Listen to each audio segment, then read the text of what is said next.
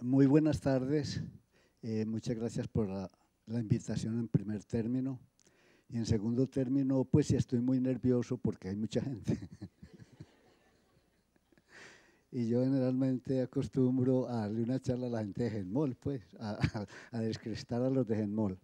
Bueno, mi nombre es Gabriel Bedoya, que como lo dice ahí, palpablemente. Soy profesor de la Universidad de Antioquia. Tengo un grupo de investigación que se llama Genética Molecular, GenMol, situado en la CIU, Laboratorio 430, y trabajo principalmente, o el grupo trabaja principalmente en genética de poblaciones. Genética de poblaciones aplicada como herramienta para estudiar enfermedades o rasgos complejos, que son aquellos que no siguen las leyes de Mendel, ¿verdad? Son poligénicos, etcétera, etcétera. Entonces la charla más o menos sobre identidad es contarles algo de la composición genética ancestral de las poblaciones latinoamericanas, pues incluyendo naturalmente Colombia. Esta composición genética nos va a contar o se refiere a la diversidad que hay entre la especie Homo sapiens sapiens actual, una diversidad que aparece desde el origen, del Homo sapiens. Vamos. La diversidad es en cuanto a colores, forma de la cara, del rostro, estatura, densidad de la barba, color de los ojos, forma de la nariz, etcétera, etcétera. Y lo más extraordinario es que esa diversidad ha hecho que las poblaciones por bastante tiempo se separen, ¿sí? Sin suponer, la gran mayoría no suponemos ni esperamos que seamos clasificados como un primate. Nosotros pertenecemos a los primates. Bueno, sí, al computador. Nosotros pertenecemos a los primates y realmente partimos de aquí, por ejemplo, ahí tenemos la clasificación. Esta es una clasificación sistemática que el hombre se deja aplicar menos cuando se le dice que es un animal, ¿sí? O que pertenece al reino animal. Ahora a uno le pueden decir de todo, pero no le pueden llegar a decir que es un animal. Son las cosas culturales que son bastante curiosas, diría yo. Aquí tenemos, entonces usted le puede ir hasta donde sea, sí, pero no le diga a un humano que es un animal. Y en cuanto a mamífero también no se acepta mucho. Vi una charla una vez en el museo de la Universidad de Antioquia. Una muchacha estaba haciendo una guía y tenía unos niños y tenía como un ratoncito ahí, un roedor mostrándoselos, y había un niño llorando. Y yo le pregunté, ¿usted qué le hizo a ese niño? Eran unos niños por ahí menores de 7 años y el niño inmediatamente me dijo, ella me dijo mamífero. Entonces una de las cosas que en ese momento pues a mí me pareció, hombre, ¿cómo así? Lo primero que tenemos que aceptar es eso. Entonces nosotros más o menos nos separamos de esto. Creemos inclusive que somos superiores. Y una de las cosas lindas es que creemos que ahí se terminó la evolución, ¿sí? Pues realmente yo estoy aquí estudiando evolución, como hablaba con Andrés Ruiz, simplemente porque me leí un libro de Asimov que se llamaba De la célula al tubo de ensayo, de Asimov, en el cual hablaba o trataba de explicar el origen de la vida, que hasta el momento eso sí es un coco, y lo que se haga ahí es especulación pura. Todo nace con esto. Esa diversidad está escrita en esta molécula, que es un polímero. Estos son los monómeros del polímero y se pueden escribir unos es decir, bastante grande. El polímero puede ser todo esto. Esto es una secuencia, esto es un mensaje.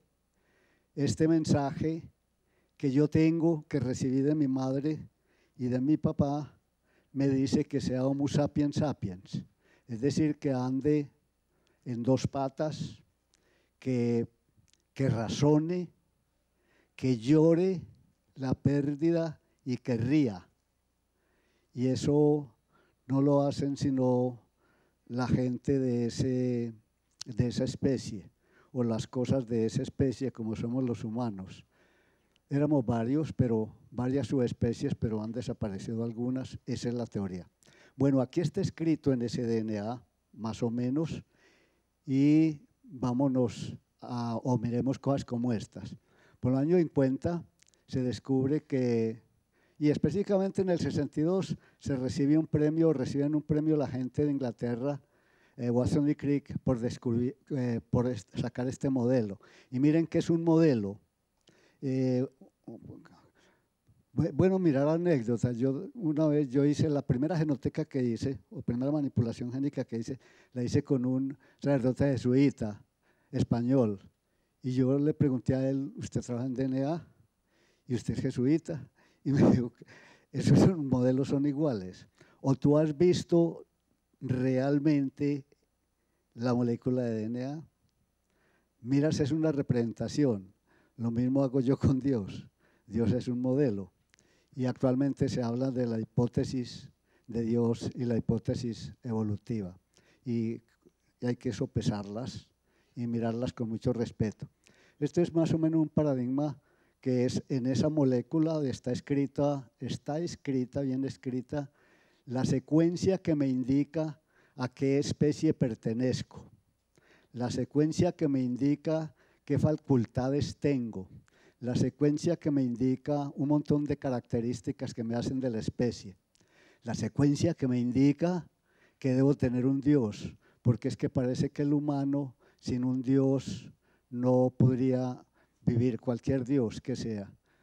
Dioses tan simples como el agua o como el sol, que no castigan, o sí castigarán. Bueno, y en esa molécula pasa el mensaje al RNA.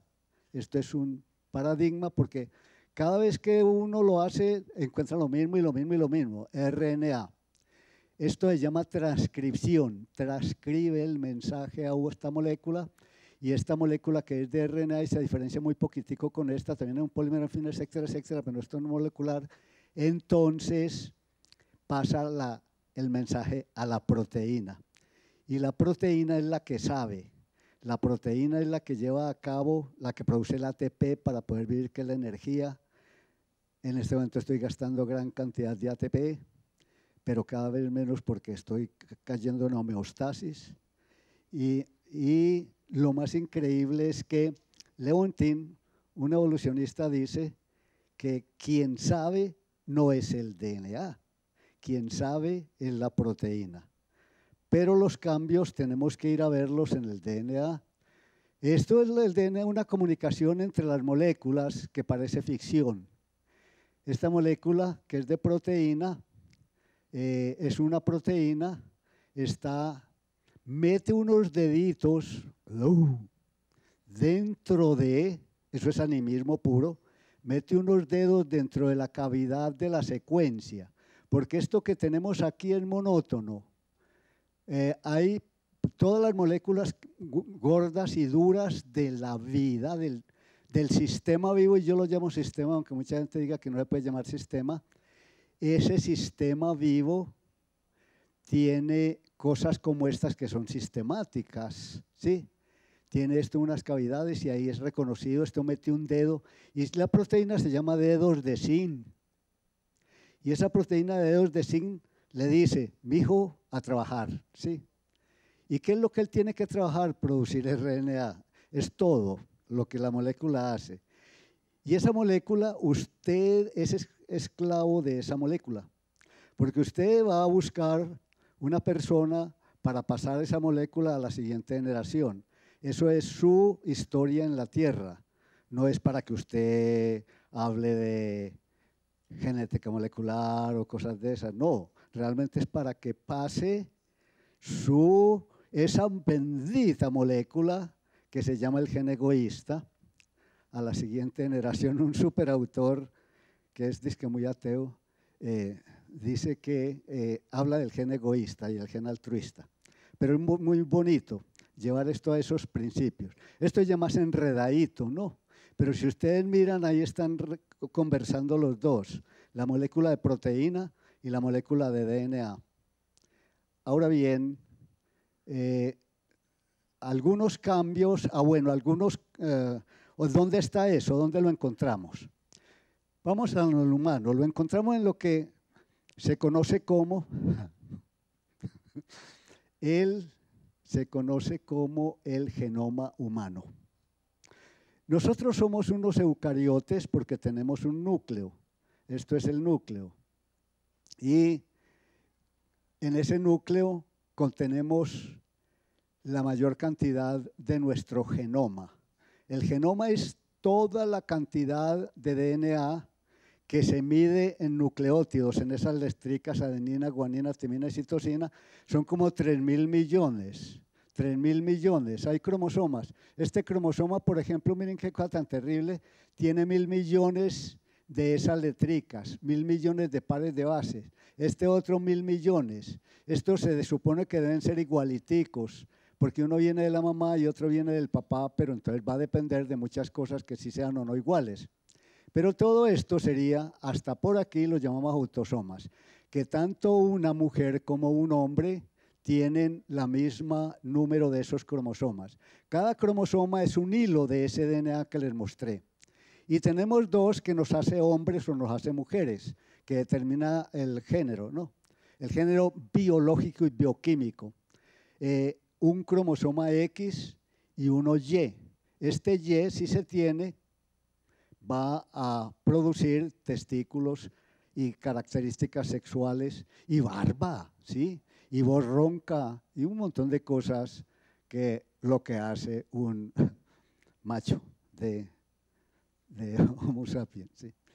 Pero tenemos también un genoma citoplasmático, que lo que pasó fue que una bacteria conversó con una célula de estas.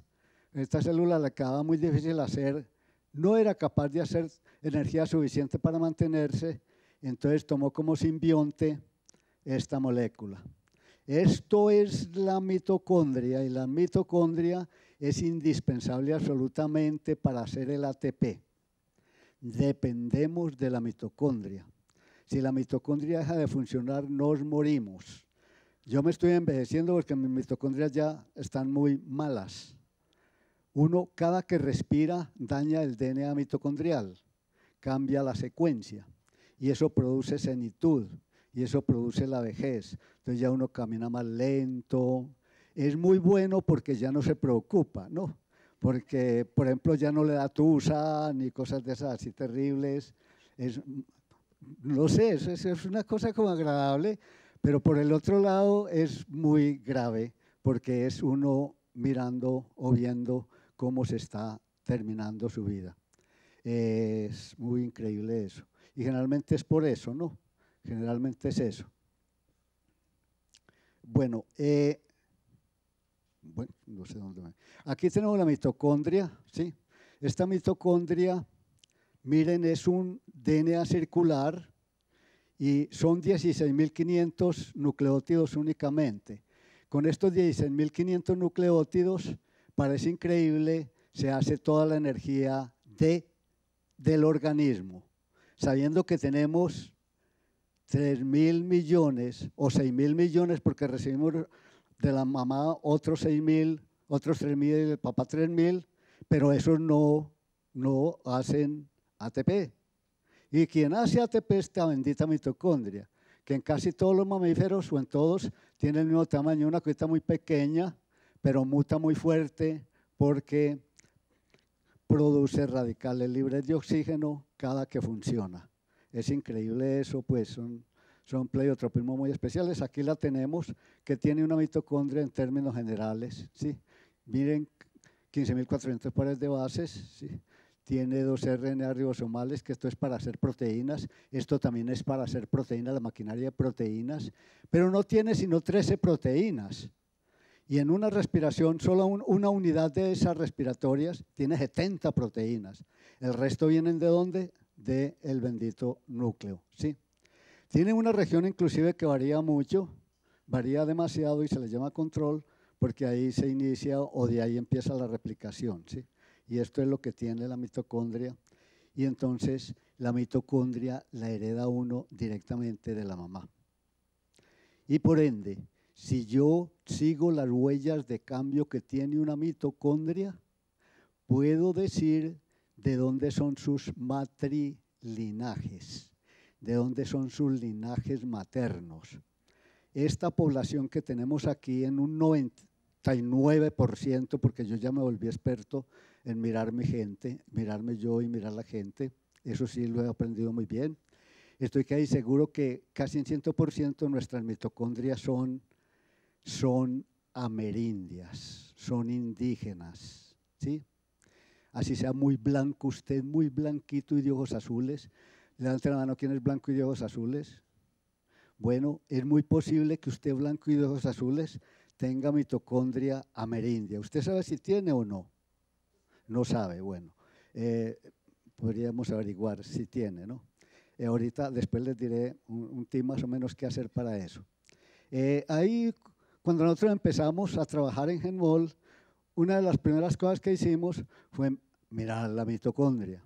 Y yo tenía 2 estudiantes en el pregrado de biología, la una trabajaba en mitocondria y la otra trabajaba con HLA, me acuerdo muy bien. Y una de ellas era rubia, de ojos azules, y la otra era alta, pero más canelita, más cafecita. Esta rubia le decía a la otra india patirrajada, naturalmente. Y hicimos las mitocondrias. Y oh, desgracia, la de ojos azules tenía mitocondria amerindia. Y llegó a la casa donde la mamá y le dijo, mamá, imagínate que tenemos mitocondria amerindia. Y le dijo la mamá, a mí no me eche la culpa, eso es su papá. Acabamos de decir. Llamó la hermana Holanda, que yo creo que lo bueno es esto, sí, esto es lo más agradable de esto, llamó a la hermana Holanda y le dijo, bruja, tenemos mitocondria amerindia. Y la hermana le dijo, no le hace, pero es muy diluida. Y es verdad, muy diluida. Podemos llegar a mirar y discutir un poco eso, porque gente tan blanca puede llegar a tener mitocondria o va a tener mitocondria amerindia. ¿Sí? Ese es entonces como la mitocondria. Y aquí tenemos, yo no sé si ven bien, cómo seguir uno la mitocondria. Resulta que hay cambios en la mitocondria que me pueden indicar los grupos. La mitocondria se divide en haplogrupos, que son señales o cambios que tenemos en la mitocondria que nos van a decir qué tipo de mitocondria es. Entonces tenemos esta es una enzima que corta el DNA y si lo corta o no lo corta va a depender del nucleótido que haya ahí, son señales. Y con esas señales yo puedo mirar. Hay una mitocondria que se puede ver muy claramente y por eso la tenemos señalada aquí, y es que le faltan 9 pares de bases por aquí en esta región entre un gen y un transportador de lisina, porque son específicos, tiene una deleción de 9 pares de bases. Los otros son cambios en los nucleótidos, pero los podemos seguir.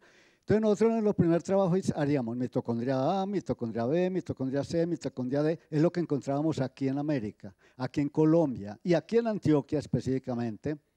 Yo empecé mucho a hablar de la genética de la población antioqueña, entonces tuve jalones de orejas muy fuertes de antropólogos y de mucha gente. Bueno, esta mitocondria L es una mitocondria africana y esta es la mitocondria europea. Pero hay mucho más mitocondrias africanas, europeas y de todo tipo de estos, ¿no? Bueno, así entonces, esos cambios son los que nos van a indicar cómo y de qué manera podemos nosotros calcular la mitocondria. Otra cosa que podemos también observar es el cromosoma Y. La mitocondria, la mamá la pasa a todos los hijos, machos y hembras. Pero el cromosoma Y lo reciben únicamente los varones de sus padres. Entonces, con este también puedo mirar de dónde son los hombres que fundaron alguna población, de dónde vienen los hombres que fundaron alguna población. Aquí tenemos las características primordiales del cromosoma Y. Aquí lo tenemos. Es una cosa increíble, y es que el tamaño del Y es diferente en las poblaciones humanas. Si mal no recuerdo, no lo miran mucho porque eso dicen, no lo volvieron a mirar mucho porque pues de pronto era estigmatizar, pero parecía que los japoneses tenían el cromosoma Y más grande, pero no concordaba ni con la vaina de los zapatos, ni con la estatura.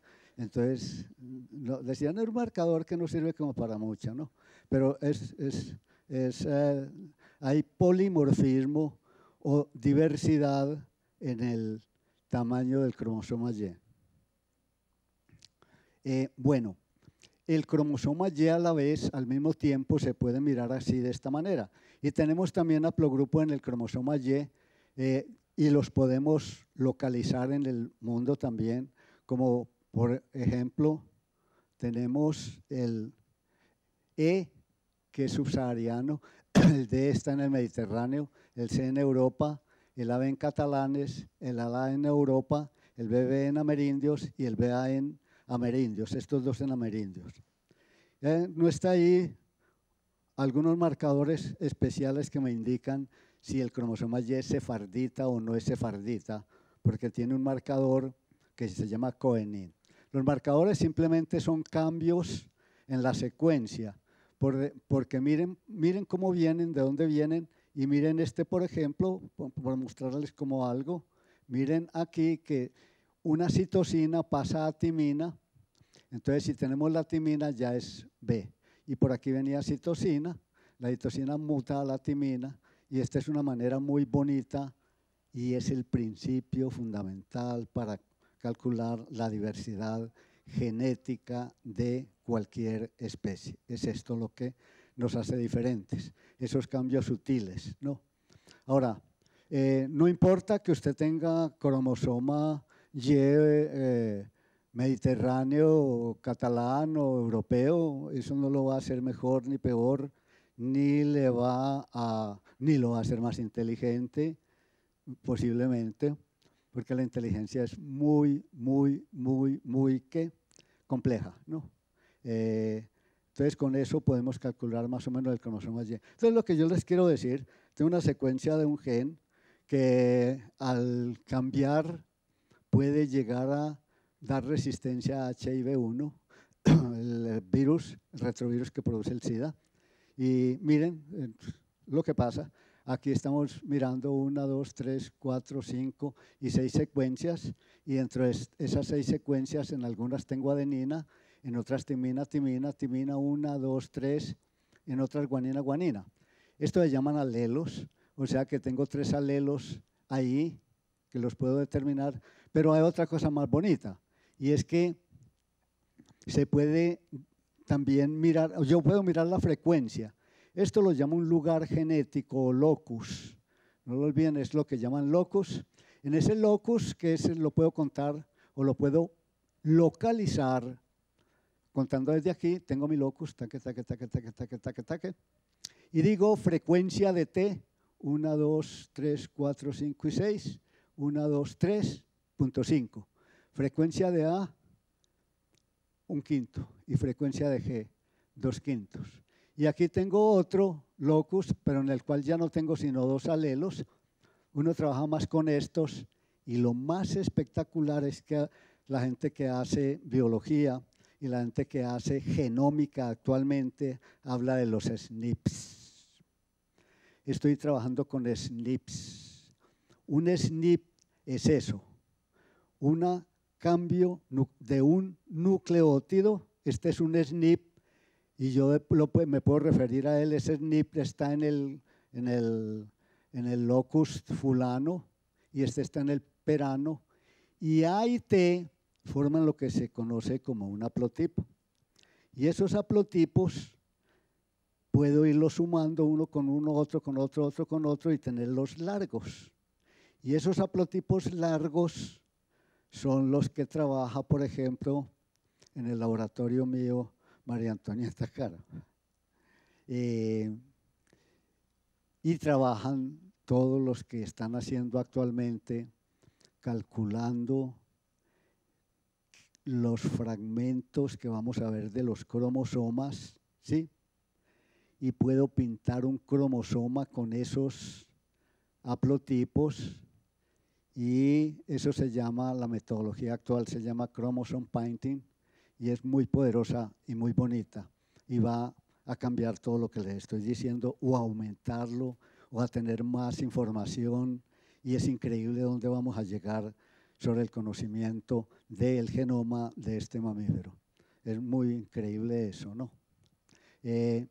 Hay una cosa que la gente habla mucho que es la epigenética. La epigenética son cambios heredables en la expresión génica que se producen sin modificar la secuencia del DNA. Entonces se dice la epigenética no es hereditaria, la mueve el medio ambiente. No. Eso es para la expresión o esa expresión la hacen por medio de metilación del DNA y los patrones de metilación de DNA van a depender de la secuencia o los cambios en la secuencia de las enzimas que metilan, que se llaman metiltransferasas. Entonces, alguien que sepa de genética y que profundice y camine sobre la molécula de DNA, hay que hacerlo. Es bastante difícil uno pensar que no lo va a hacer, pero lo puede llegar a hacer. Eso hizo Mules para sacar el segundo invento real del siglo pasado, que fue la amplificación específica de DNA, que se llama PCR. Él dice que tomó ácido lisérgico y en Nueva York caminó sobre el DNA. Eso es esquizofrenia inducida. Pero de todas maneras, con la esquizofrenia inducida, el individuo hizo eso que es. No hay sino dos inventos reales, el transistor del siglo pasado y la PCR. ¿Sí? Entonces, la epigenética y la genética van de la mano. Tuve un estudiante que me decía, ahora está en Brasil, no sé si era de ella, pero le voy a dar los créditos. Dice, me dijo que la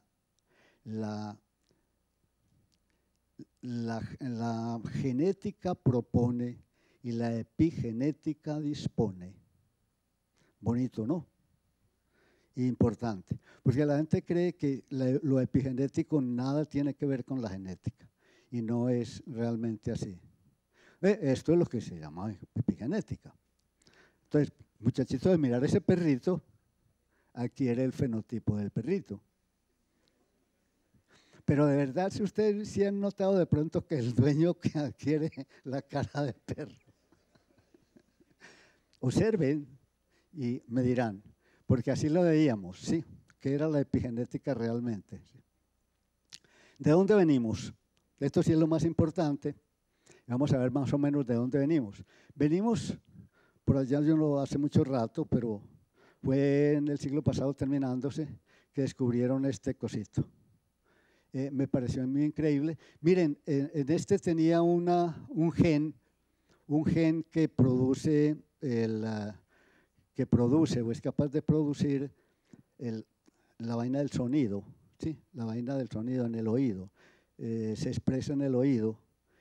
Y una de las cosas increíbles es que encontraron que ese bendito gen tiene unas secuencias que llaman conservadas, o sea, no se ve el cambio. No es que no haya cambiado, sino que cambió el DNA, esos son millones de años, pero fue conservado porque se requería para la audición. Y la audición del perro, gato y los que sean más o menos parecidos de todos los mamíferos. Esto era igualitico al del humano. Y aquel lo recrean y cabía en una cucharita. Entonces, ¿por qué tan chiquito? Porque eso dio origen a los primates. Es que cuando vienen las hecatombes, los que somos más chiquitos podemos como de pronto sobrevivir un poco más. Y parece que sucedió cuando se dio el guarapazo que acabó con los dinosaurios. Entonces esos primates chiquiticos quedaron por ahí comiendo carroña y cositas de esas y no, ustedes no sirven para nada y nadie los miraba, ¿verdad? Pasaban los otros. Yo creo que los pollos sí quedaron ahí, pero los pollos, eso no sirve para nada. Lo cierto del caso es que esos benditos primates treparon a los árboles, se irguieron, miraron para el lado y lado y cogían insectos, y eso es proteína.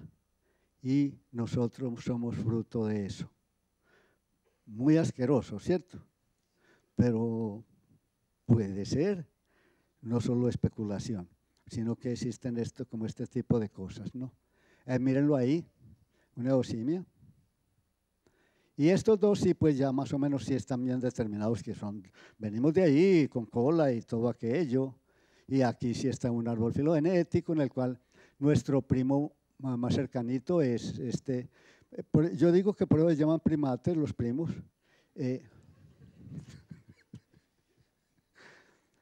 No le cuenten a nadie lo que oigan aquí, sí, por favor. Bueno, porque la gente de pronto se exagera. Pero miren, somos nuestro genoma, nuestras secuencias son muy parecidas, mucho al chimpancé, ¿sí? Luego sigue este.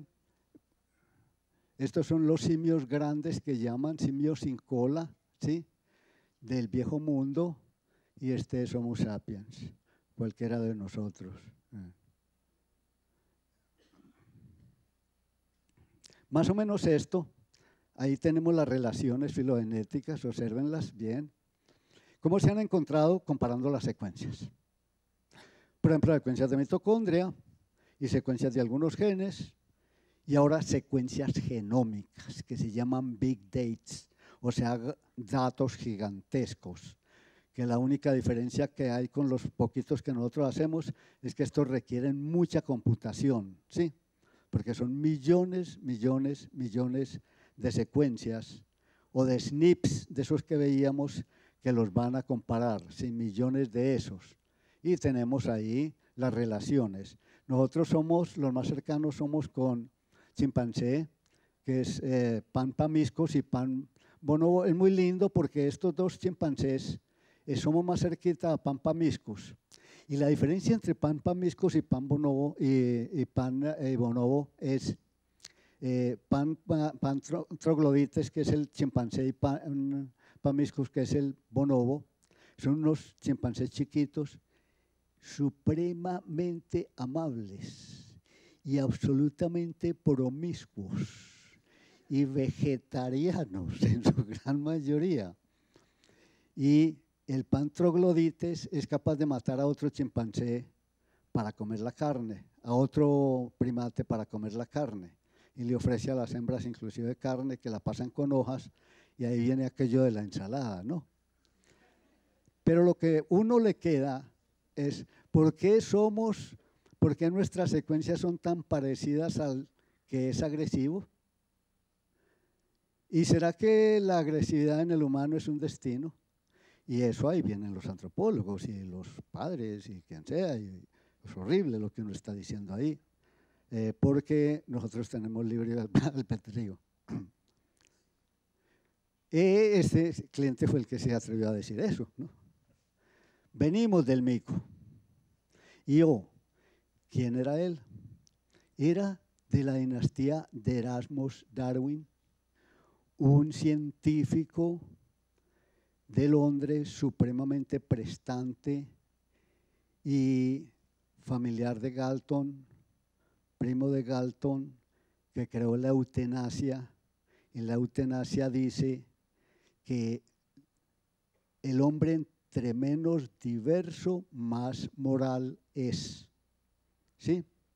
Entre más homogéneo, más moral es. Esa fue una teoría bastante fuerte. Y esa teoría tan fuerte dio origen a que alguien austriaco se escribiera un libro que se llama Mi lucha, y ahí lo comenta, y él la basó en la teoría. Hitler sabía genética. Y una de las cosas, pues, que como que la gente no lo... Aquí estuvo este señor, me parece que es increíble. Me van a regalar un libro de él, el último libro. Puede ser que sí. Sí. pero es increíble, ¿no? Bueno.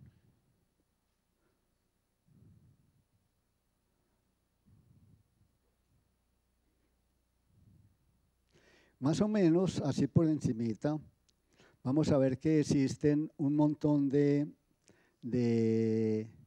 evidencias que nosotros descendemos de un ancestro en un sitio de África y que ahí aparecimos, de ahí apareció el Homo sapiens, ¿sí? Pero inclusive hay muchos estudios sobre el cráneo del Homo sapiens. Miren ese cráneo, lo interesante que es, y lo más importante en él es el volumen, 1.6 litros, y los otros tienen menos, y todos estos se llaman homínidi, o sea, especies o subespecies que fueron desapareciendo. Pero algunas de ellas originaron Homo sapiens. Y lo más increíble es que de pronto sale un artículo que cuenta que ese artículo va a mostrar el crecimiento de, pues que la glotis baja y podemos articular, tener lenguaje articulado, y es por mutaciones en este gen. Y cuando se compara al humano con un montononón otro montón de primates y otros animales, hay realmente secuencias o cambios muy específicos del humano que hicieron que hablara.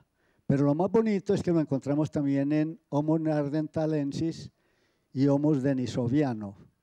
Denisova y neandertal, dos súper antiguos que convivieron con el humano en la Tierra cuando el humano salió de África, inclusive convivieron en Asia y en Europa y nos cruzamos, porque ya estaba, pues hay señales muy seguras de que sí hubo cruce entre nosotros. Y otra cosa que sí es espeluznante es que este cambio, miren, esto es una proteína que, la miosina 16, que es capaz de, o se va a expresar craneocefálica y va a permitir que el cráneo crezca o no. El cráneo del chimpancé y de los restos de animales y los otros homínidos no creció realmente, que llega a 1.3 y no sigue creciendo porque esto es una verdadera abrazadera y le da dos características. Mírenlos aquí, estos son de animales y estos son de Homo sapiens. Y miren, una cosa increíble, ese cambio, ¿qué es lo que falta? Es una delección, simplemente. Y esa delección aquí en este punto fue muy difícil de encontrar. Tuvo que, eso se llama penalizar las secuencias, correr la secuencia para allá y correr esta para acá, porque esta proteína tiene una secuencia de aminoácidos muy diferente a la proteína que está codificada aquí. Y eso hace que en nosotros no se desarrolle cresta sagital y que hasta los 3 años que somos chimpancés y hacemos lo mismo que un chimpancé, de ahí en adelante el chimpancé se queda ahí, no le sigue creciendo su cerebro, pero al Homo sapiens sí le sigue creciendo el cerebro. Y aquí lo tenemos. Yo no sé qué pasa.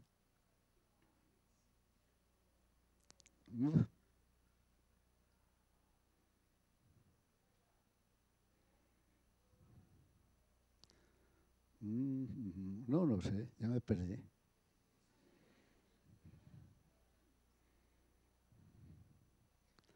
Bueno, no sé dónde iba.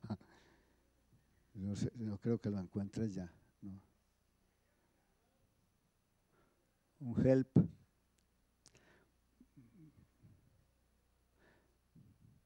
Bueno, yo creo que podríamos pensar en resumir un poco esto, ¿sí? Porque pues lo que yo les quiero contar es realmente que los cambios que aparecen por varias razones, ¿sí? esto es una de las razones por las cuales puede aparecer, se llama deriva genética, que es que ahí lo rojito y lo verde son, pues, por ejemplo, son alelos, y esos alelos, de acuerdo al tamaño que tenemos del individuo, de la muestra, pueden llegar a cambiar, ¿sí? Entonces tenemos que aquí van a ver algo o un fenómeno que se llama efecto fundador, y esto es neutro y es al azar, es como tirar la moneda, ¿no?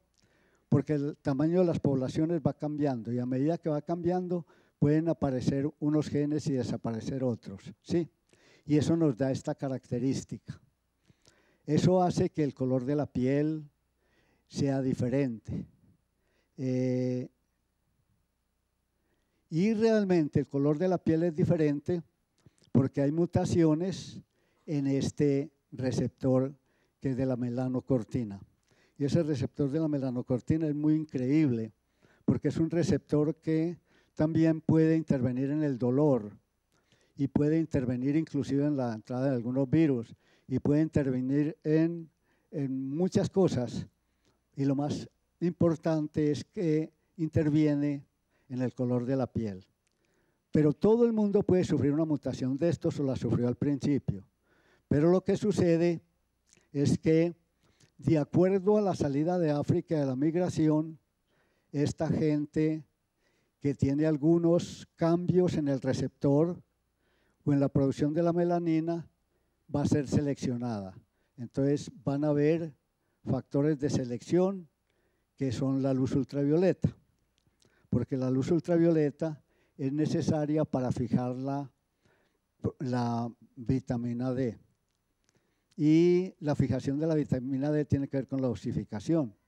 Y si yo vivo en un lugar donde no hay suficiente ultravioleta, como en las zonas que no son tropicales, pues entonces debo tener piel blanca para maximizar la poquita luz ultravioleta que llega, ¿sí? Y este es el caso, ¿sí? Hay una relación muy linda con esto, ¿no? Con el color de la piel y la luz ultravioleta. Eso realmente es lo que nos hace distintos en cuanto a color de la piel. ¿Quién lo creyera, no?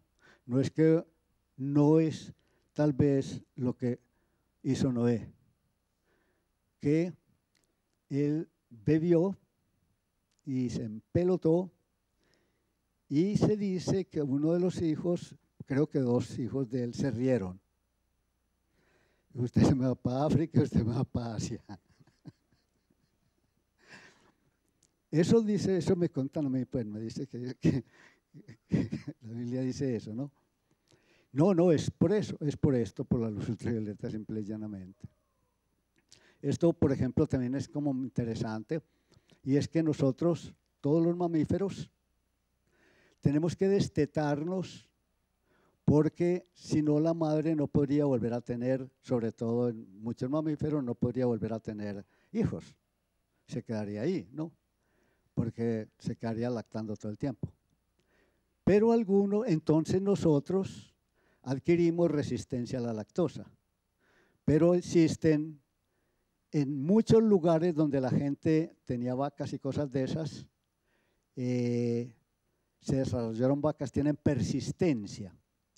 Y hay mucha gente, esto es muy asociado a los blancos, esa persistencia puede permitir que la gente se alimente de leche. Los amerindios, por ejemplo, no tenemos esa posibilidad.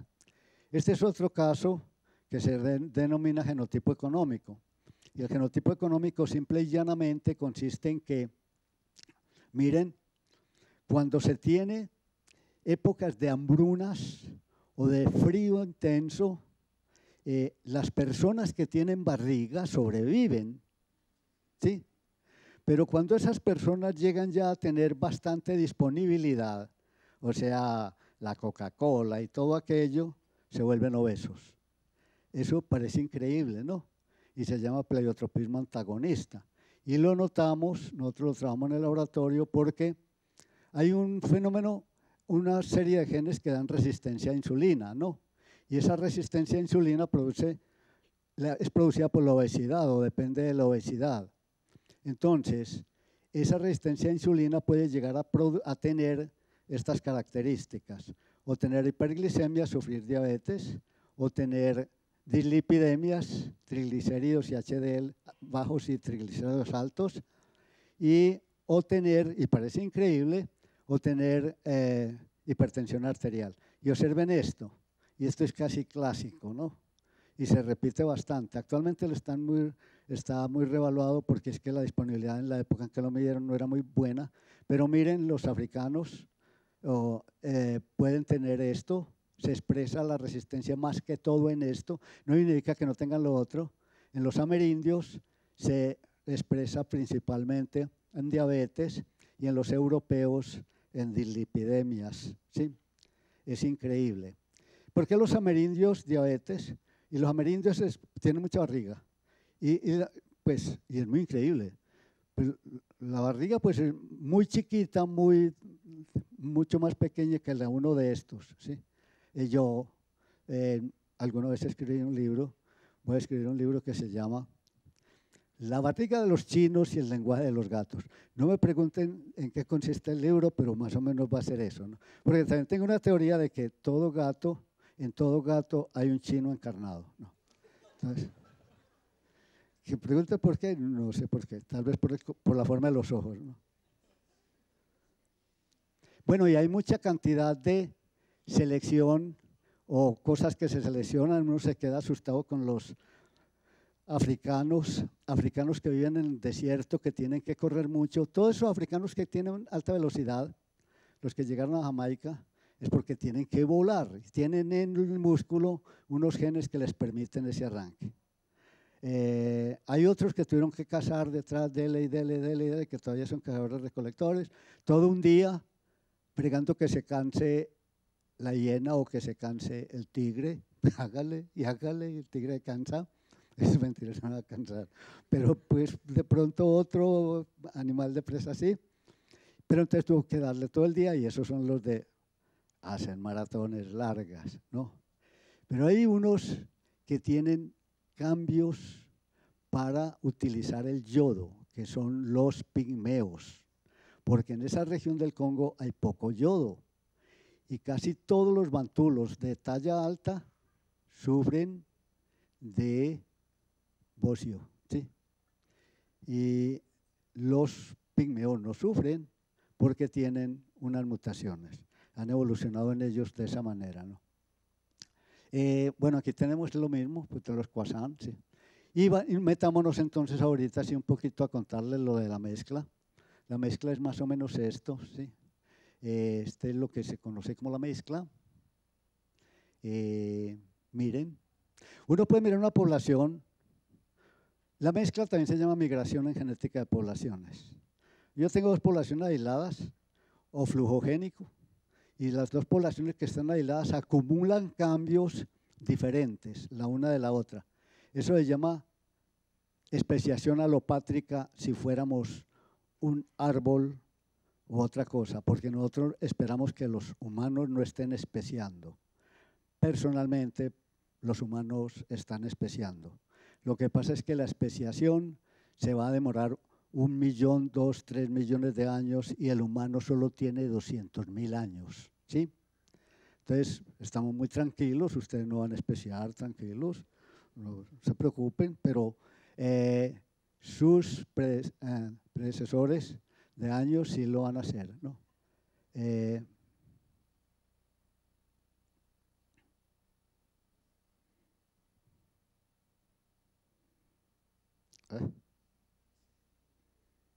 No sé qué pasó aquí, hombre. Pues yo no sé esto, pues manejar esto si es lo del diablo, ¿no? No sé para dónde me fui. ¿Será que para acá me devuelvo?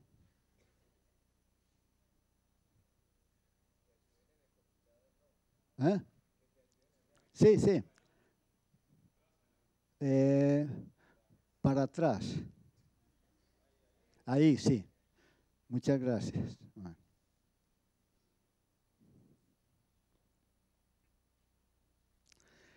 Entonces, para medir esos cambios, lo que se logra hacer es esto. utilizan unos marcadores o cambios en el DNA que son o tienen una frecuencia alélica diferente entre las poblaciones que nosotros vamos a llamar ancestrales. ¿Quiénes son las ancestrales? Las poblaciones que hicieron la mezcla. Y esas poblaciones que hicieron la mezcla, por ejemplo, para los americanos en términos generales, son las poblaciones, esta población, la población africana, la europea y los nativos americanos o amerindios también los podemos llamar. Y miremos, por ejemplo, este marcador, se llama FY, ¿sí? FY null. A este tiene la selección aquí es muy bonita porque tengo un T y un C, y teniendo el T, el alelo 2 que se llama el T, tengo el receptor, pero que es un receptor que me marca un grupo sanguíneo Duffy. Pero parece increíble, miren, por ahí mismo entran plasmodio, o sea, la malaria, el plasmodio que produce el paludismo. Entonces, los africanos que no tienen ese, pueden ser resistentes al paludismo. Sí, es muy lindo. Pero yo lo puedo utilizar como un marcador para mirar si una persona tiene este marcador, va a tener algo de mezcla africano de una vez. Cualquiera de estos. Yo miro los cambios, los deltas, la diferencia entre estos, entre africano y europeo, y eso lo utilizo por medio de un programita y me va a indicar, por ejemplo, la probabilidad de que una persona que tiene todos estos genotipos, que se llama un genotipo multiloci, pertenezca o venga de África, Europa o América. Y así se mide la mezcla genética. Es como lo más interesante. Hay muchos otros. Miren todos estos, y actualmente se puede trabajar con millones, porque ya se conoce perfectamente todo el genoma humano, ¿no? Y con esto se ha calculado mezcla dentro de los continentes. Lo más bonito en el momento, y que quiero dejarles la idea, si quieres llegar hasta aquí, es que no hay poblaciones puras. No hay poblaciones puras. Esta es África. Y África es una mezcla. Y usted tiene genes de África, yo le preguntaría de qué parte de África. No solo de África. Y todo lo que venimos trabajando es más o menos así, en términos generales, pero resulta de que no es así. Miren toda la cantidad de poblaciones que hay en África y cómo se separan. Cuando se hace un análisis estadístico, las poblaciones se agrupan. Y eso me está indicando que es real la mezcla. Estoy trabajando con miles de esos SNP que llamamos. La historia de América fue esta. Aquí habían amerindios, y los amerindios y llegaron de Europa. De Europa llegaron individuos blancos y durante varios siglos, unos 2 siglos, viniendo y mezclándose con las mujeres de aquí, hombres de aquí, mujeres de aquí, y luego trajeron los africanos, esto fue desde 1492, en 1700 más o menos ya aparecen los africanos aquí y hacen una mezcla triétnica de todo este continente. Triétnica, es muy bonito, aunque los otros también tienen mucho de eso.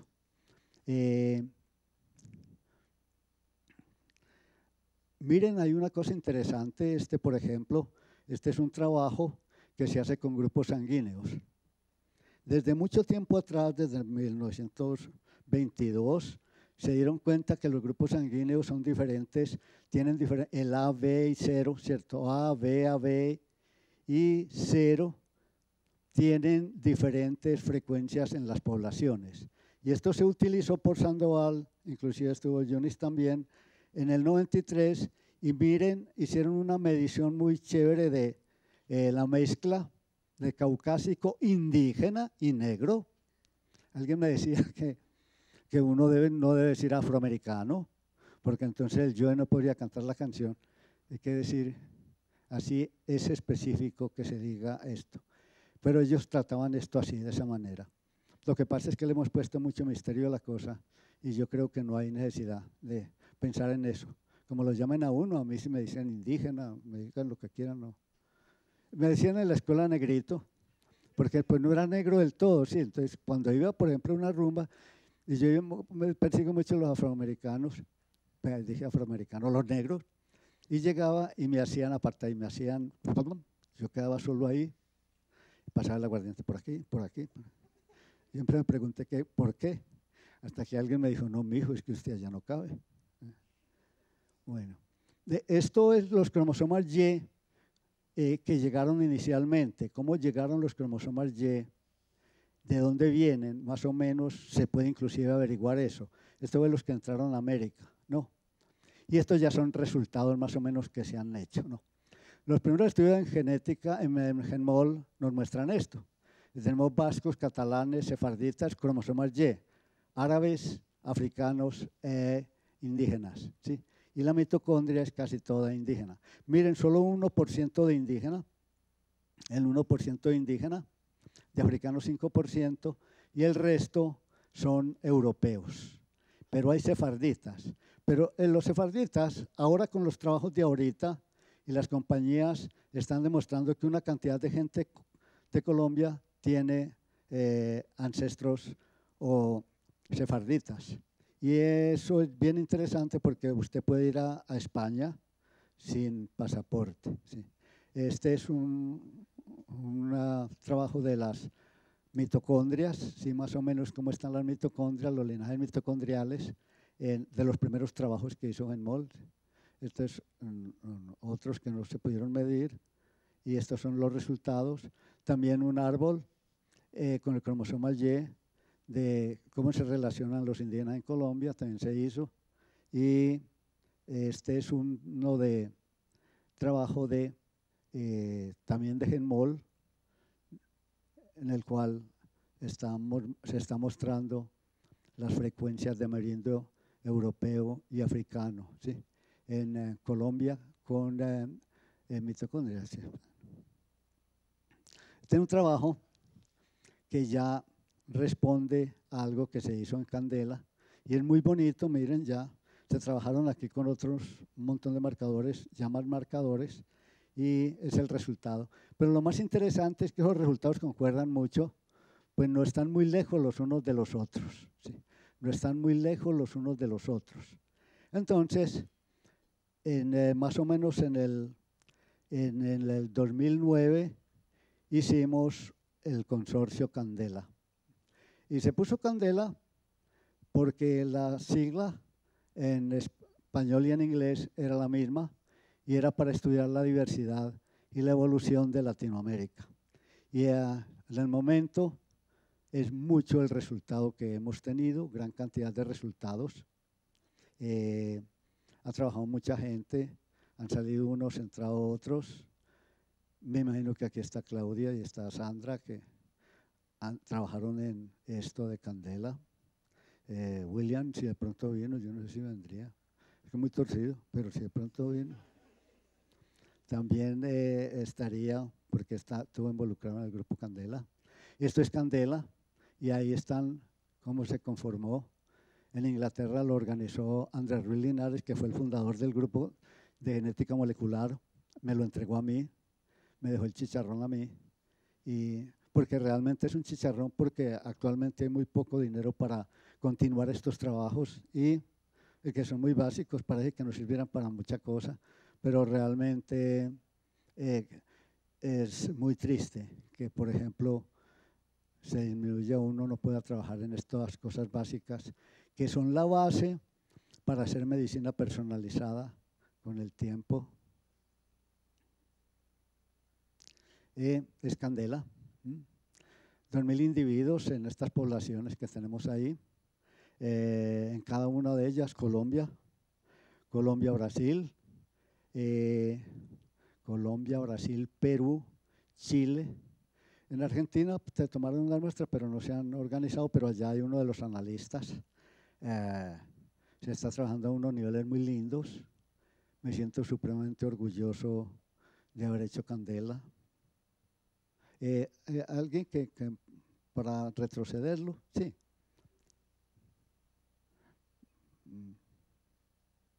Eso, sí. Estos los de Candela, pues hay gente de México, y yo no los veo muy bien, pero hay gente de México. De México, hay gente de México, hay gente de Argentina. Este es de Argentina, este es Andrés Ruiz Linares, ¿sí? Este es chilena.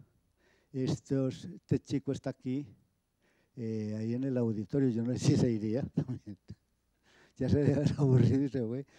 Pero este está en el Sanger, uno de los laboratorios más grandes que hay. El doctor Rosique, que es un antropólogo de aquí. Este muchacho es un Paz ruso, que significa que es la mamá es el papá es pastuso y la mamá es rusa. Bueno, está William, la tenemos ahí. Bien, esta es brasilera, pero es de abajo del sur de Brasil, donde no hay, o la gran mayoría son blancos, ¿no? Y por eso nuestro trabajo dio un poco de sesgo, pero hay unos con un fenotipo mexicano terriblemente pues, sobresaliente, ¿no? Bueno, y con esto de Candela se tiene, por ejemplo, este artículo. Un artículo duro, pero no es el más duro, sí. Es de 2014, sí. Exemplar Genetics. Y miren la distribución. En las regiones, en estos países, la distribución de la ancestría, y eso que con muy pocos marcadores, eran nomás 40, pero esa ancestría realmente se distribuye o tiene gradientes en los diferentes países, de acuerdo al sitio, de acuerdo a la región del país. No es muy homogénea, ¿sí? No puede decir uno que es absolutamente homogénea.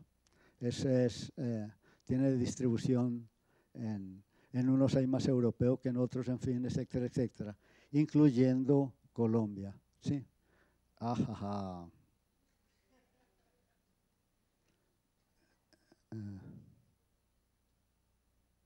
Sí, incluyendo Colombia, tenemos que hay una distribución diferencial de la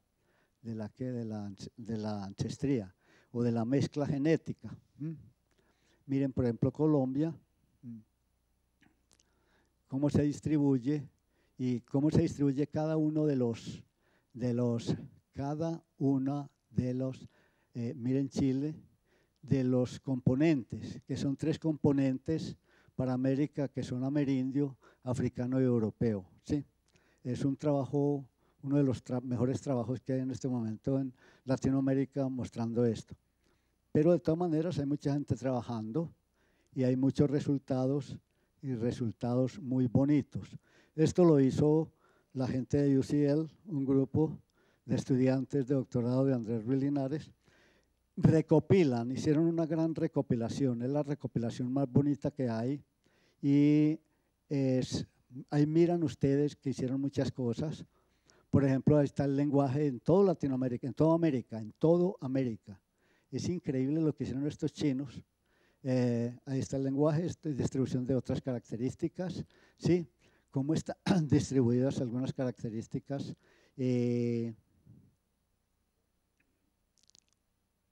Miren por ejemplo, la población de amerindios que había predeterminada cuando llegaron los españoles, cosas de estas así.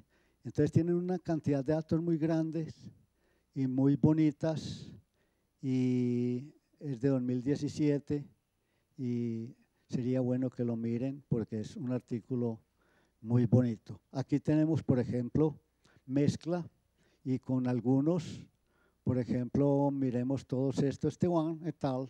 Trabajó con muchos marcadores y encontró aquí los porcentajes de africano, amerindio y europeo. Mírenlos nomás, ¿sí? Y quienes están, por ejemplo, este es 2013, el que hizo este trabajo. Aquí están, estos no son de Genmol, más, no puede ser, pero esto es este sí es de, ha llegado a Genmol, es de Inglaterra, es un chino, es un chino, Juan es un chino.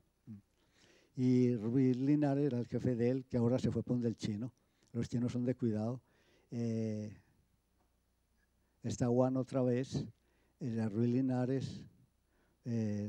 Todo esto son los que han trabajado duro o han tenido algún tipo de intervención para mirar la mezcla genética en Latinoamérica. Es bonito, es bastante bonito esto, ¿no? Este trabajo, porque es mucho lo que hicieron, ¿sí? De otra distribución, por ejemplo, hicieron muchas cosas como mirar la autodeterminación, cuántos puros, entre comillas, habían y cuántos habían que no.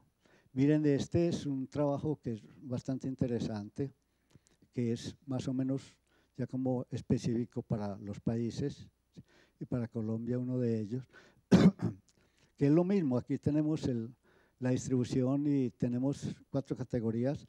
La gente mezclada, nomás miren Colombia, ¿quiénes son los mezclados en Colombia? En Colombia hay más mezclados, pero si uno se va a Canadá o Estados Unidos hay mucho menos mezclados, lo que llaman mezclados. Mestizos también los podemos llamar, o sea, son triétnicos, y los que son puros, de verdad, que no tienen ningún porcentaje general y grueso de Europa, de África o de América, de amerindios. Y aquí tenemos más o menos la mezcla, ya sí, parte de la mezcla. Miren todas las poblaciones que han sido en este momento, nosotros desarrollamos esto, iniciamos esto en el 98. El mismo Andrés Ruiz Linares me dijo una vez que yo no podía pensar porque la varianza era muy grande, pero de todas maneras lo logramos. Y en el momentico hay mezcla vieja. Esto es lo que se conocería como mezcla vieja. Están desenterrando en Europa un montononón de huesos de muchos años atrás. Y esos huesos de muchos años, miren todo lo que tienen. Han mostrado o pueden llegar a mostrar mezcla puntual, mezcla genética puntual, ¿no? ¿Me ayudas? Pones ese, sí, el que es ese. Bueno, miren, esto es en África, en India, y una enorme cantidad de poblaciones, subpoblaciones. Como decir aquí, yo estoy casi seguro que las distancias genéticas, o sea, las diferencias genéticas entre la población de Antioquia y la población de Barranquilla, la población de Medellín y la población de Barranquilla, o la población de Medellín y la población de Montería, tienen diferencias significativas. Y esto es lo que se aproxima. O sea, yo no puedo hablar de mezcla en Colombia, porque me dirían en qué parte de Colombia, y no es regionalismo, ¿sí? Sino que es la realidad. ¿En qué parte de Colombia? ¿Usted se está refiriendo a qué parte de Colombia? Esto sucede allá. Más o menos 500 subpoblaciones bien estructuradas ahí en el sur de Asia. Y en Camilo, un estudiante que estuvo en Genmol y está terminando terminó ahora su tesis, esto está sin publicar, su tesis de doctorado, está trabajando en algo que se llama chromosome painting. Y estos son todos los colorcitos que hay en Latinoamérica, en lo que él miró en Latinoamérica. No es sino que miren, por ejemplo, de España, cuántos colorcitos vienen. La mayoría de los colorcitos que tenemos aquí vienen de España, pero hay muchos otros que vienen de África. Y lo más increíble, Dios mío, es que, oh, Dios mío, los europeos tienen variantes genéticas africanas, todos los europeos. Y hay un investigador que es físico, inclusive, no es biólogo, David Reich, que demuestra, tiene unos 2 trabajos sobre eso en Nature, ¿sí? Tengo el honor de estar en eso, y él demuestra que muchos de los individuos que trataron de pasar Beringia se devolvieron, que eran cazadores recolectores, se devolvieron y se cruzaron con la gente de la Mesopotamia. ¿Y quién era la gente de la Mesopotamia, que ahora es un terrero? Es una vaina de tierra y se están peleando por ello porque no se queda sino un poquito de petróleo. Los judíos askenazi, los judíos que dieron la fundación allá. Decir eso a un judío, yo no sé, pues será muy hasta grave, un delito. Pero los judíos tienen variantes que yo tengo. O a lo mejor tengo también algo de judío, tengo variantes de ellos, porque yo aparecí por mi apellido Berrío, inclusive por el Bedoya, pero por el Berrío aparecí que puedo ir a España sin pasaporte, cuando yo quiera, porque soy sefardita. Bueno, esto es una cosa bien interesante, porque esto es el resultado de una compañía, se llama 23andMe, y esta compañía, si usted le manda una muestra de sangre y $140, le hace todo esto. Le pinta los cromosomas, le dice de dónde es de qué partecita, cuánto de europeo y de todo tiene usted en cada cromosoma, le dice de dónde es su mitocondria, de dónde es su cromosoma Y. Ese es de una persona de apellido Berrío, y esta persona es un estudiante, pasó por aquí. Miren lo que tiene, miren el porcentaje. Ajá. Y tiene mi apellido segundo. Ajá. Y miren, lo que pasa es esto, que todos queremos blanquearnos, ¿sí? Pero eso no se puede, es imposible. Pero lo que hay que aceptar es que somos una hermosa y bonita mezcla, una mezcla muy linda. Grupo Genmol en 2000, ¿sí? Grupo Genmol más adelantico, pero todos mezcladitos. Y Grupo Genmol más moderno, ¿no? Pero ahora falta tomarnos una fotografía, porque la verdad nos hace falta, ya es hora. Y yo siempre pienso así. Esto es de Teodosio Domzhansky y dice, nada tiene sentido en la biología si no se considera a la luz de la evolución. Yo me considero un biólogo evolucionista, porque la evolución para mí no es una teoría, es un proceso que yo lo puedo observar. Porque observar no es irme a mirarle a la gente, ¿cómo están sus? No. ¿Cuál es su fenotipo? No. Me leo un Nature que saca gente muy tesa y eso es observación.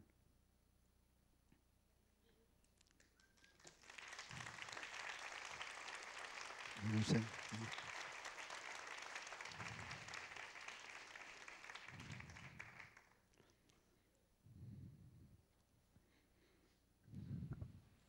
Vamos a abrir un espacio entonces para las preguntas del público. Levantan la mano y yo les acerco el micrófono.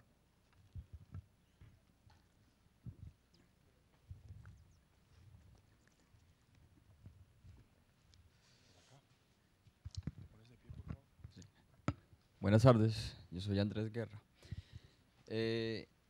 Si bien pues el color de la piel puede ser producto de la evolución, porque como lo dijiste pues cambia por los rayos ultravioletas en lugares más fríos y eso, pero de pronto hay diferencias en la diversidad que existe en la humanidad.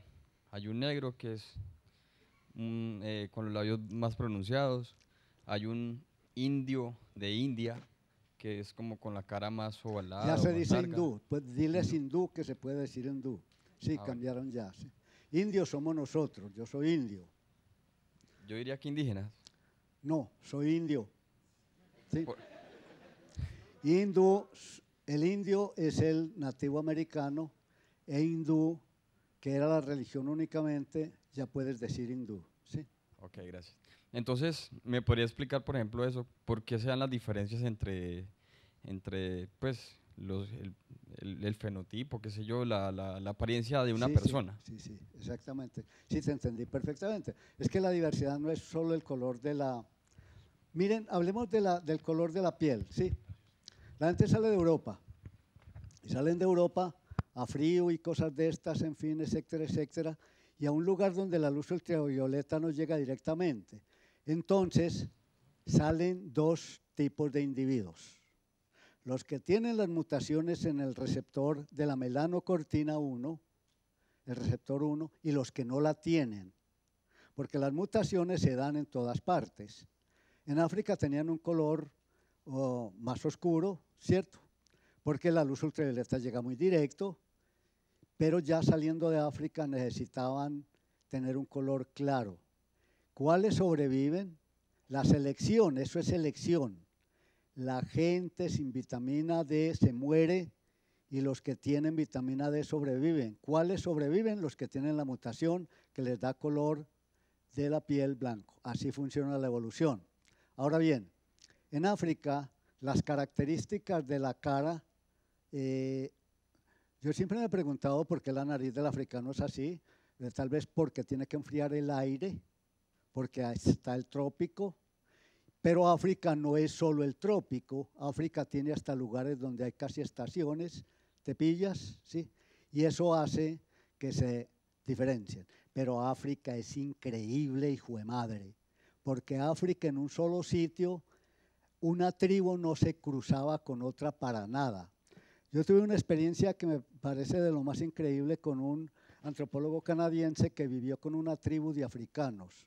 Y esa tribu de africanos durante todo el año, durante un año, engordaban cerdos, cerdos y cerdos, y ya terminándose el año atacaban otra tribu para atraer mujeres, una tribu cercana a atraer mujeres, porque esas mujeres hacía que fueran un poco más diversos, que no, mejor dicho, eso se decía que ellos decían inclusive para aclarar la sangre un poquito. Eso lo tiene el humano aquí adentro, que no puede quedarse ahí. Inclusive los askenazis son absolutamente endogámicos. Esa endogamia hace que una población pequeña, una tribu, yo le mostré la diversidad en África. Sí, ¿la viste? Esa diversidad en África es debida a eso, a que no hay flujo génico. Entonces, una característica, la gente de allá, los mandinga, por ejemplo, tienen una cara muy diferente. ¿Y cómo la nota uno de la gente que trajeron aquí? La gente que trajeron aquí, nosotros tenemos un artículo, por ejemplo, sobre San Basilio de Palenque. Y en San Basilio de Palenque traían de varias partes de África, con diferentes idiomas, bantú, senegal, en fin, etcétera, para que si querían hablar entre ellos, tendrían que aprender, en este caso, el español, ¿sí? Y los de bantú eran completamente diferentes a esto, a los unos. Si tú miras los afroamericanos de la costa atlántica son muy diferentes a los de la costa pacífica, pero lo más increíble es ese Chocó. En el Chocó hay gente mucho más, con la cara más pulida que cualquier blanco, ¿sí? Y si no, miren esas reinas que salen de ahí, que son del Valle del Atrato, ¿sí? Vienen de una parte específica de África. La diversidad en África es en un pedacito, pero aquí puede llegar a presentarse la diversidad. ¿Cómo creen ustedes que será el flujo, el intercambio, los matrimonios, como ustedes quieran llamar, de la gente del Poblado Alto y la gente de Manrique? Si será lo suficientemente grande para que no haya aislamiento. Si a simple vista miramos que los de Manrique son más cafecitos, somos más cafecitos, ¿no? Eso hace la evolución, eso es lo que uno denomina evolución humana. ¿Qué se va a ver después? No, eso no es que se esté pecando contra uno u otra cosa, pero más tarde pueden aparecer cosas interesantes. Miren, los judíos con su endogamia o aislamiento dieron a Jesucristo, a Carlos Marx, a Einstein, a Bohr y a este del psicoanálisis. Los judíos askenazi con su cosa de endogamia y de aislamiento ponen como el 70% de los premios Nobel. ¿Será eso coincidencia? ¿Qué pasará ahí?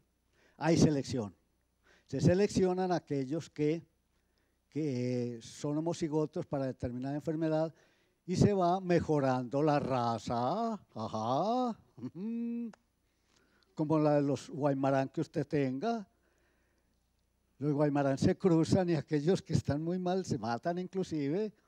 Eso es la historia, eso es lo que… Es que somos realmente unos mamíferos territorialistas, egoístas, ¿sí?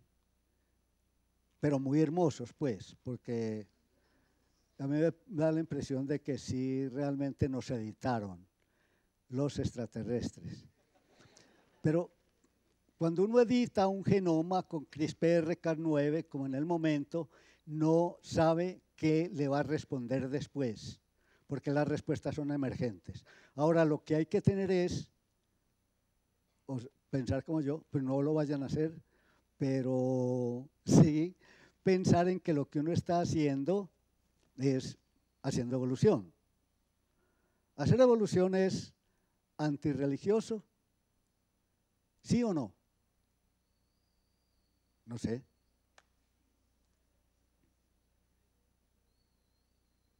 Sí.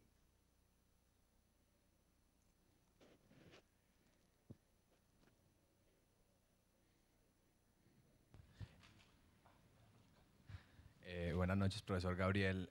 Te pregunto, hace un momento mencionaste el ejemplo del… No me acuerdo el nombre de lo que cabía en una cuchara.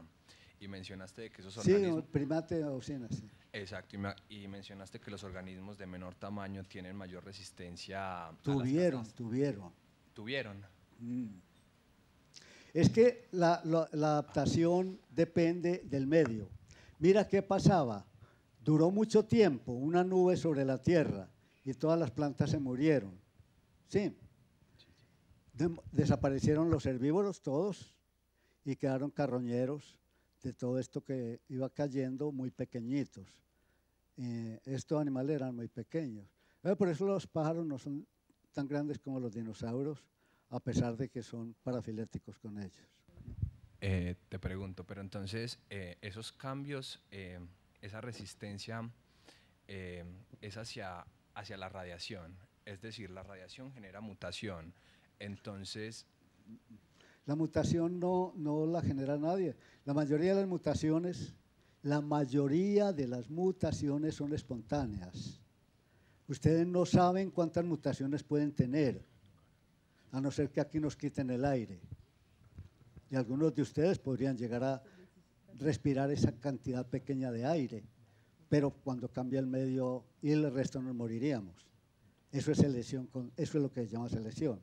La mutación, el cambio en el DNA, el cambio es realmente un ruido en la información, que puede ser malo o puede ser bueno, ¿sí?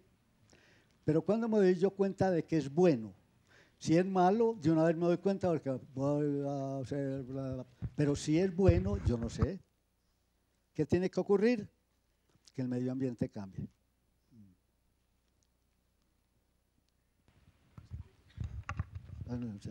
Muy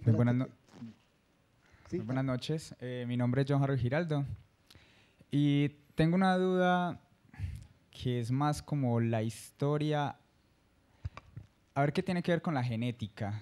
O sea, por ejemplo, mi papá estuvo en África y es verdad lo que usted dice, África es fascinante. Incluso él decía que estaba en un lugar, caminaba media hora, 40 minutos. Sí, ya es diferente. Y esta tribu con esta otra prácticamente no se hablaban porque no tenían idea de qué estaba diciendo el otro. Sí. Ahora, mi pregunta es, ¿qué tiene que ver que estas tribus que, digamos, han sido tan homogéneas y son de la cuna del conocimiento o de la cuna de la vida, mejor dicho, ¿por qué están tan olvidadas? Lo mismo, por ejemplo, con Grecia, con Egipto. ¿Por qué estas cunas del conocimiento en todos los aspectos humanos, por qué son los que se ven ahora como los más, como los que tienen más poco o de los que menos se recuerda? O sea, tenemos un pasado y están en la historia, pero ahora, ¿por qué es tan diferente? O sea, ¿qué fue o qué ha pasado para que se haya olvidado tanto todas estas culturas grandiosas? Sí. Miren, hay una cosa bien increíble, una pregunta es muy terrible, ¿no? Hay una cosa, yo creo que es de ecología más que de genética, que se llama la capacidad de carga de un ambiente. La Tierra tiene una capacidad de carga, toda región tiene una capacidad de carga, todo continente tiene una capacidad de carga. El continente americano, nosotros somos como 1.000 millones únicamente, pero miren India, por ejemplo, que India sí es realmente una cuna del conocimiento, porque fueron de manera exitosa los primeros que salieron de África, llegan a la India, ¿no? Yo iba a traer traje un videito, pues que no lo pusimos, pero muy bonito, y lo busquen, lo que se llama ¿Por qué el hombre se atrevió a salir de África? ¿Sí? Esa historia es muy linda. Así que la India es milenaria. El conocimiento de los dioses son muchos, y esos dioses de la India no es ese Dios que te va a castigar, o un Dios castigador, sin otro tipo de Dios, dependiendo pues del que te guste. Cali parece que es castigadora. Pero lo cierto del caso es que ellos ya se comieron todo, ¿sí me entienden? Y acabaron con la que, mire Grecia. Grecia acabó con todo, porque Grecia se desarrolló muy rápido. Y allá aparece la filosofía, inclusive pues, ellos, Alejandro el Grande, sale de ahí, e inclusive invade muchas partes, a los persas, toda esa cantidad de gente o de culturas supremamente interesantes no tienen disponibilidad de alimento. ¿Y saben por qué? Porque no tienen petróleo. ¿Saben qué pasa? Pues no pueden sembrar. En África, en la gran mayoría, eso está muy estéril, no se puede sembrar. Y hay mucha plaga. La mayoría de las cosas que siembran las comen un comején. Así que, un termita, así que es imposible sembrar. Y no tienen petróleo, porque si tuviesen petróleo podían adquirir hamburguesa. Entonces los tienen olvidados. Y es gente malnutrida. Y la gente malnutrida tiene problemas con el sistema inmune y con el desarrollo del sistema nervioso. Ese es un hándicap que lo tiene la humanidad y no se sabe qué se va a pasar con ella.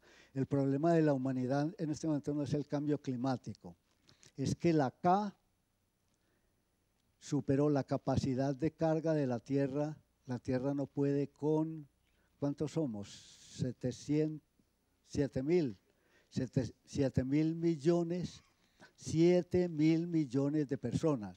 Yo por eso le pongo tanto cuidado a los chinos, porque los chinos son como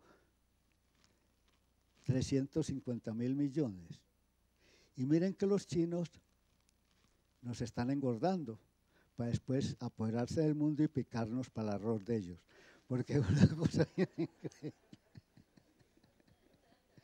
una cosa bien increíble es cuánto una caja de arroz, para cuántos comen con una caja de arroz. Han hecho el experimento, no se han preguntado por qué les da tanto arroz. Pero hablando en serio y de verdad, esa cantidad de gente que tiene la tierra, la tiene en peligro. Yo oí ahorita los millones que están muriendo de hambre, muriendo, y se incrementó. En una encuesta que hicieron ahorita se incrementó. Pero yo no sé ya. Ya no más. Bueno.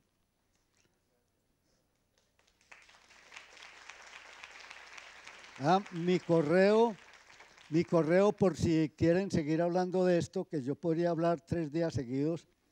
Mi correo es gabriel.bedoya@uda.edu.co. gabriel.bedoya@uda.edu.co. Me pregunta lo que quiera que yo le respondo para tratar de confundirlo.